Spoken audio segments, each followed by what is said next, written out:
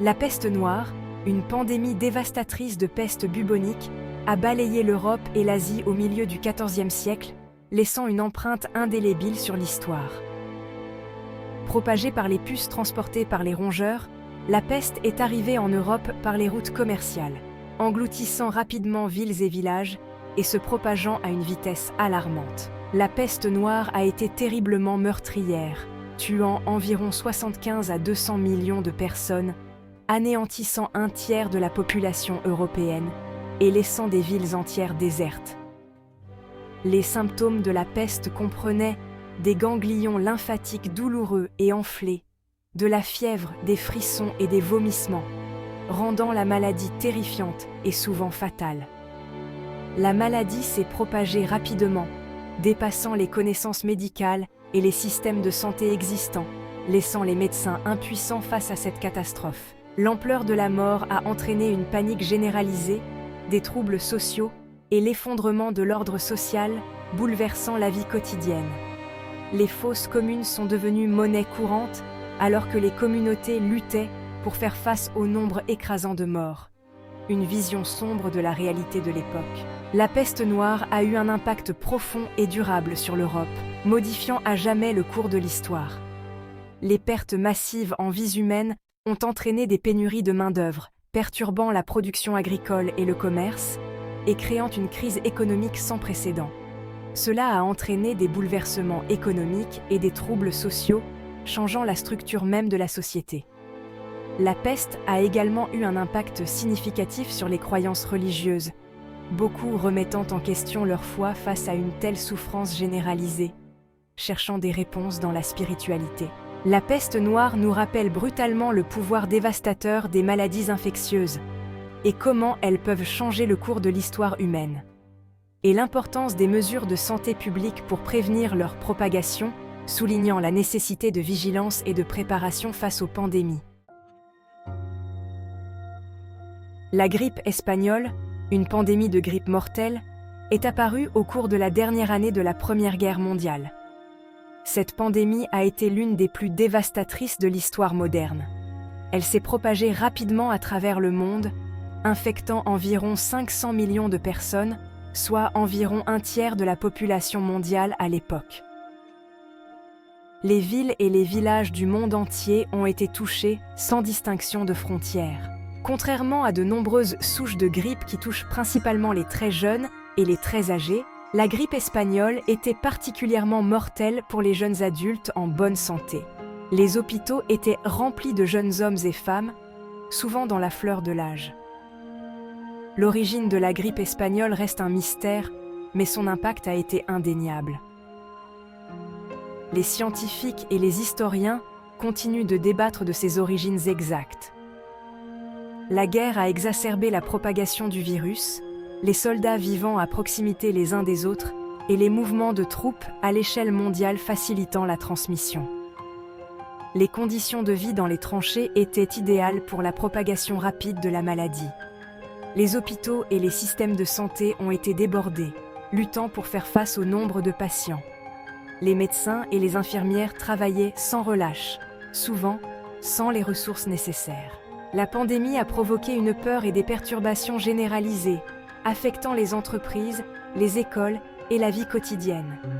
Les rues étaient désertes, les écoles fermées et les commerces ont subi de lourdes pertes. Malgré sa gravité, la grippe espagnole est souvent qualifiée de pandémie oubliée. Elle n'a pas reçu l'attention qu'elle méritait dans les décennies qui ont suivi. Éclipsée par les événements de la Première Guerre mondiale, la pandémie a reçu relativement peu d'attention dans les livres d'histoire. Les récits de guerre ont souvent pris le dessus sur les histoires de maladies. Cependant, la grippe espagnole nous rappelle cruellement que les pandémies peuvent survenir à tout moment, même en période de conflit mondial. Elle a laissé une marque indélébile sur la société. Son impact sur la démographie, les infrastructures de santé publique et l'interdépendance mondiale soulignent la nécessité d'une préparation et d'une coopération internationale face aux maladies infectieuses émergentes. La leçon de la grippe espagnole est claire. Nous devons être prêts à affronter de telles crises à tout moment. Le Covid-19, causé par le virus SARS-CoV-2, est apparu fin 2019 et s'est rapidement transformé en pandémie mondiale. Le virus, qui serait originaire des chauves-souris, s'est propagé rapidement par transmission interhumaine, provoquant des maladies respiratoires allant de légères à graves. La pandémie a mis le monde à l'arrêt, avec des confinements, des restrictions de voyage et des mesures de distanciation sociale mises en œuvre pour freiner la propagation du virus. La pandémie de Covid-19 a eu un impact profond sur tous les aspects de la vie moderne. Les systèmes de santé du monde entier ont été mis à rude épreuve, avec des pénuries de professionnels de la santé, de lits d'hôpitaux et d'équipements essentiels. La pandémie a déclenché une crise économique, entraînant des pertes d'emplois massives, des fermetures d'entreprises et des perturbations de la chaîne d'approvisionnement. Au-delà de ses conséquences immédiates sur la santé et l'économie, le Covid-19 a également eu des implications sociales et culturelles importantes. La pandémie nous a obligés à repenser notre façon de travailler, d'apprendre, de socialiser et d'interagir avec le monde qui nous entoure. Elle a mis en évidence les inégalités existantes, affectant de manière disproportionnée les communautés marginalisées et exacerbant les clivages sociaux. La pandémie de Covid-19 nous rappelle brutalement notre interdépendance et l'importance de la coopération mondiale pour faire face aux menaces sanitaires communes.